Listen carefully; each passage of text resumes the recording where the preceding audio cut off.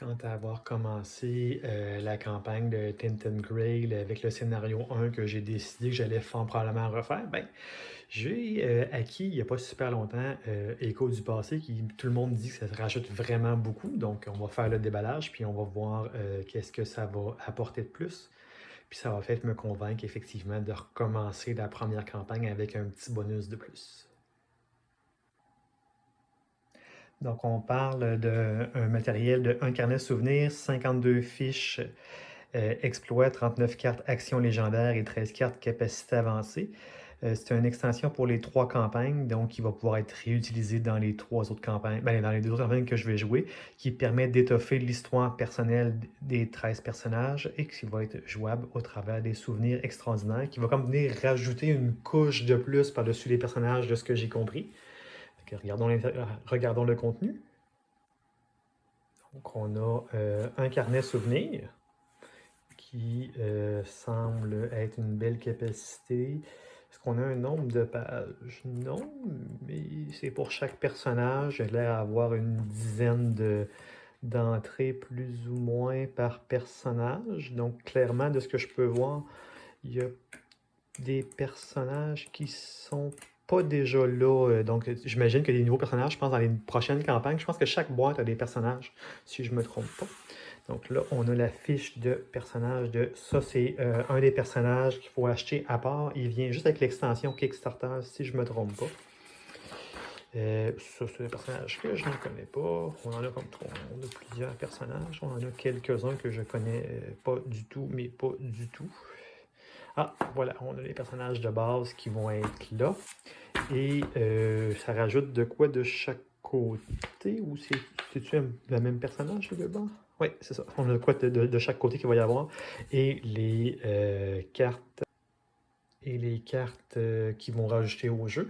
Je ne vous ouvrirai pas parce que je ne sais pas si c'est à lire ou pas immédiatement. Donc, on va regarder rapidement qu'est-ce que le livret nous dit. C'est une extension optionnelle où vous trouverez des exploits personnels que les personnages auront accomplis au cours de leur campagne ainsi que les récompenses qu'ils auront gagnées, ce qui vous permettra d'accéder à de courtes scènes de leurs souvenirs qui viendront compléter leur histoire. Donc ça, j'ai comme l'impression qu'il ne faut vraiment pas nécessairement tout vérifier. On va le voir au fur et à mesure ce qui va apparaître. Je suis curieux. Il y avait quand même vraiment des bons commentaires sur ce que ça rajoutait de quoi. Fait que à suivre. Puis oui, je vais l'ajouter dès le départ. Je vais lire le contenu du petit livret qui, je crois qu'on a juste une page de texte à lire. Puis on rentre dans le gros du sujet déjà. Donc, si je prends Béard, vu que c'est lui un des personnages avec lesquels je vais jouer assurément, il y a 3 capacités,